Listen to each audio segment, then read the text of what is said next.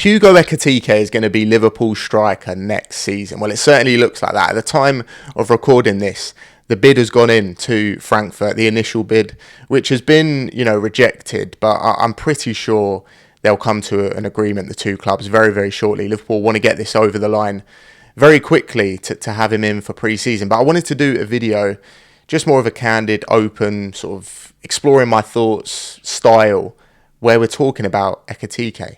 Because this is massive, massive news. And there's been a lot of discourse over the past, day or so since the news has actually broke, mainly from Liverpool fans. Some question marks about him. I think the fan base is pretty split right now. So I wanted to, get into that, delve into that as to why, my thoughts, of course. Let's go back to where it's all begun, though. The Isak news broke a couple of days ago. Liverpool were obviously interested in Isak. That's been known for a while. Not in the mainstream media, but if you put all the dots together, join them all together, it's pretty obvious Liverpool would be going after Alexander Isak, a top striker, approaching Newcastle. And obviously Newcastle stood firm. I'm not sure the ins and outs. Probably, wanted upwards of 130, 150 million.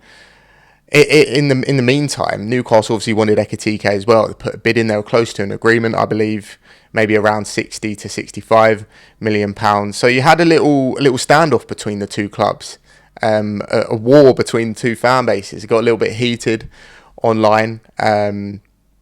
But Isak, he's not going to come to Liverpool. That was always going to be tricky to get over the line. I wanted it to happen. The majority of our fan base wanted it to happen, but it's not going to.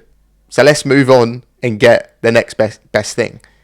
Ekitike, who's a very similar player to Isak. Liverpool were always going into that battle, whatever you want to call it, with a win-win situation, in my opinion. We were going to get a very good striker either way. Ekitike is going to be a lot cheaper. He's, younger. His potential's maybe slightly more unknown. He's a very similar player to Isak, and he's a player who I believe Liverpool need right now. And this gets me onto the fan base, the current Liverpool fan base, and how they feel about the signing. I'm seeing a lot of people straight away go to his conversion rate and make comparisons to Darwin Núñez.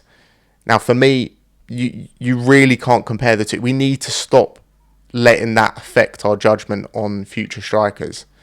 Because I get, right, he's a youngish striker, kind of unproven at the highest level. But when you actually watch them play football, the difference is actually insane. One can control the ball very, very well. One has all the technical ability to be a link player and not have to focus on output. If Ekitike, and I haven't watched the most of Ekitike, by the way, but just going off the clips, you can judge a player pretty well. He doesn't need to bang in goals or assists to affect the game in a positive manner like Darwin Núñez. And in addition to that, Liverpool have Mo Salah. Liverpool have added Florian Wirtz. Obviously, we've still got Luis Diaz. That remains to be unseen if he will stay at the club. Cody Gakpo can bring output. It's not like we lack goals. We need a striker, obviously, but it's not like we need someone to come in like maybe Arsenal and just straight away convert chances. Mo Salah's there, man. So that is basically the reason why I'm not really worried about his output. Obviously, we need him to score goals. But even in slot system, that he used last year, the striker dropped in a lot and picked up neat pockets and created overloads just in between the midfield and defence. And Ekitike, I can just see him doing that perfectly. So what are some of his main strengths as a footballer? First of all, his touch, his technical ability, his awareness stood out to me straight away. The amount of times in the clips, the compilations, where he's laying it off to a teammate first time, knows what's around him, knows his surroundings, and he wants to, bring others, give them the perfect pass. That's something Liverpool haven't been used to since Firmino's left the club. Intelligent footballers, they'll just always do it for me, and I'll always kind of believe in them. Firmino always used to get the best out of Salah and Mane, didn't he? Maybe Ekitike will be like that. Maybe he won't turn into this bagsman who gets 30, 35 goals a season. On the other hand, maybe he will turn into that. Isak at Real Sociedad, I think the numbers are quite similar to when he joined Newcastle. I'm not 100% sure on that, but there are similarities there. You can really see that. His physique, he's tall, he's lanky. Talk that maybe he'll get overpowered in terms of strength in the Premier League by centre defenders. That may be the case, but I also think, like I mentioned, intelligent footballers will find a way around it, and he can improve. He can get into the gym, etc. He's a tall player. I haven't seen his heading ability really, so I can't really comment on that. Pace, he looks deceptively quick, can make runs in behind, dribbling, close control, going past a man. Looks like he's got a trick in his locker as well. Creative in and around the box. Link play is very good, and then his finishing. Obviously, like I mentioned, not the numbers of, a top striker, but Liverpool will be hoping that he develops into that. Liverpool are not buying the finished product here. We're not outlaying this money for him to come in and provide the same numbers. Liverpool are banking on that he will develop, improve, be around better players. And how many times has that worked out for us in the past? We've got a great track record with that. You think of Mane and Salah.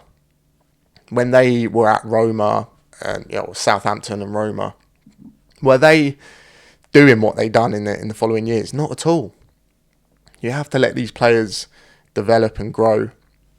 We're signing him at the perfect age, 23 years of age. So he's got enough experience to feel confident, but also he's not done it at the highest level.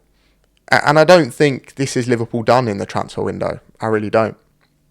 Because you look at the centre-back area, we need another centre-back. We can't go into the season with Gomez, Konate and Van Dijk. We need another body in there. Gomez and Konate are way too injury-prone. Can't rely on them, simple as that. And then probably the left wing area, which is another issue.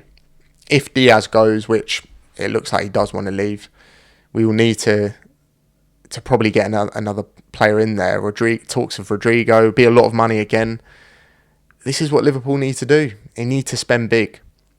And we already have Wirtz, Kerkez, Frimpong. It's so exciting, really. Some opposition fans saying, is this too much change for Liverpool? Will they be the same Liverpool as last season? My answer to that would be, there was always going to be change. Liverpool fans especially knew that, because we hadn't spent last summer. We had a few players who basically looked like time that they were going to move on. How many times did Slot not rotate last season? It's because he didn't really trust in his squad rotation options. So that was Slot part one, that team. It wasn't even his team, was it? It was mainly Klopp's team. So we're seeing Slot build his proper team now. And we need to trust him, Richard Hughes. These guys, they know what they're doing. I just wouldn't panic at all. It's been a tough summer for Liverpool in general with the passing of Diogo Jota. The fans, we all need to stick together like we always do. Back the players and really be excited for next season. I think Hugo Ekitike is going to be a massive part of that. And we're actually, so much so they're actually forgetting about Florian Wirtz. This is really, really, it's exciting times to be a Liverpool fan. I said that in my first ever video on this channel when Trent left the club. And since then, look at what we've gone on to do in the transfer window. But yeah, guys, if you enjoyed the video, please like, subscribe, comment. Let me know your thoughts on Ekitike. And make sure to check out all my socials. On my TikTok page, at the minute, we're looking to hit upwards of 40 to 50k. Got two accounts on there, so please go and follow. Any support is much appreciated. If you like this style of video, I've actually really enjoyed it, just sitting down, getting my thoughts out. If you want more, then please let me know. And of course, I will catch you next time. Peace.